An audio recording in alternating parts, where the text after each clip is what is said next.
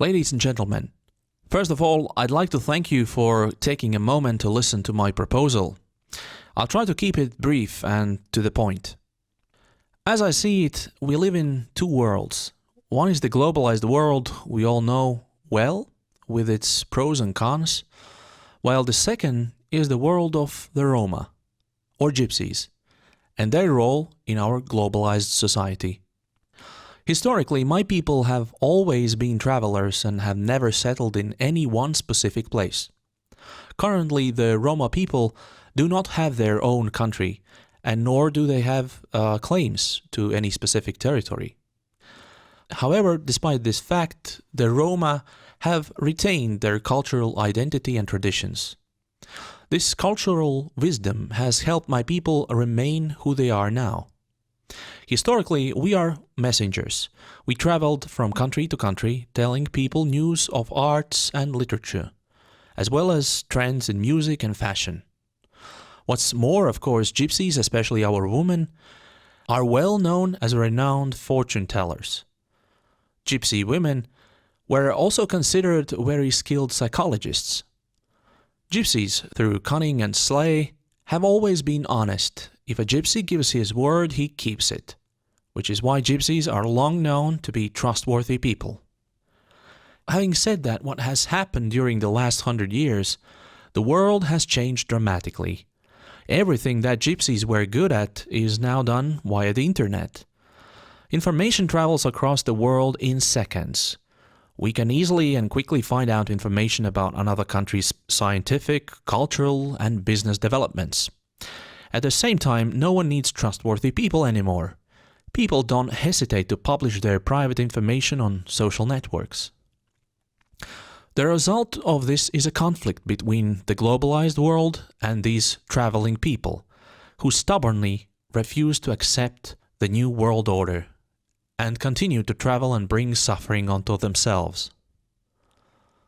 The globalized world has deprived gypsies of yet another thing, which is in essence the land on which the gypsies' identity has long been based.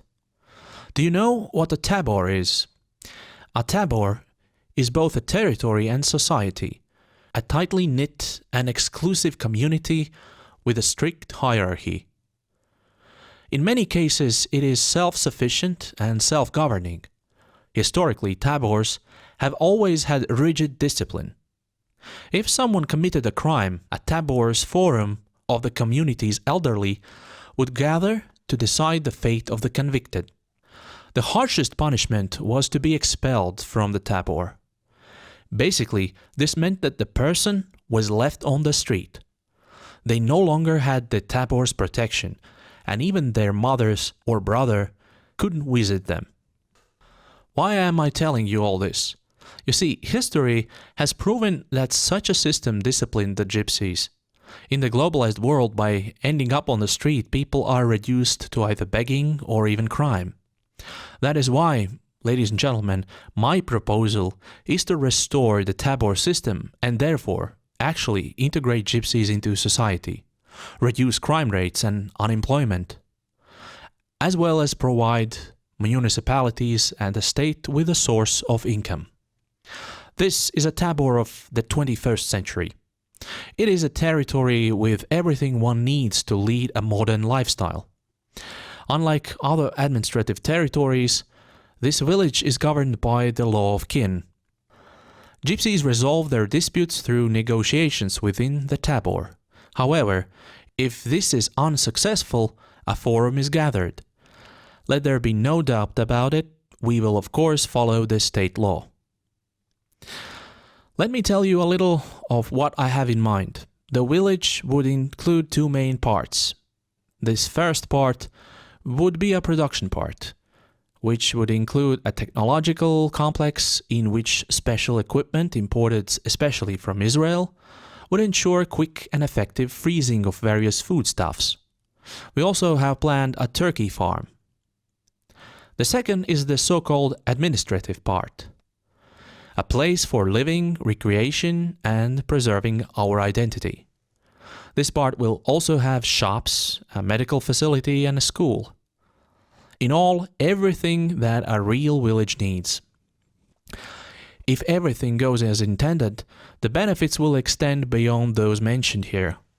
Firstly, such a village would encourage economic activity within the municipality. Secondly, we can actually reduce unemployment and the emigration rate.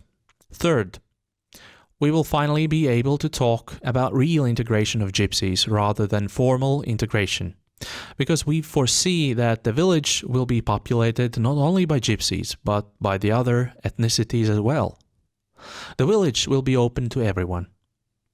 Fourthly, it would reduce crime because people would have jobs and they wouldn't be forced to steal in order to feed themselves and their families.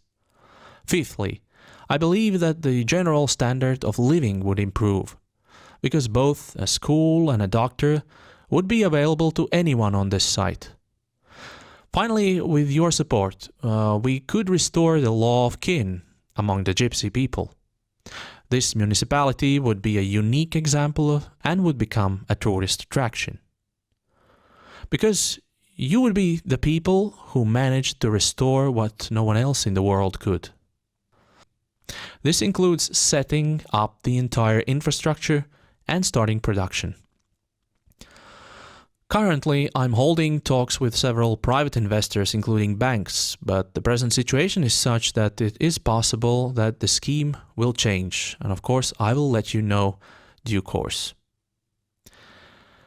I'm here to invite you today to take part in this promising project.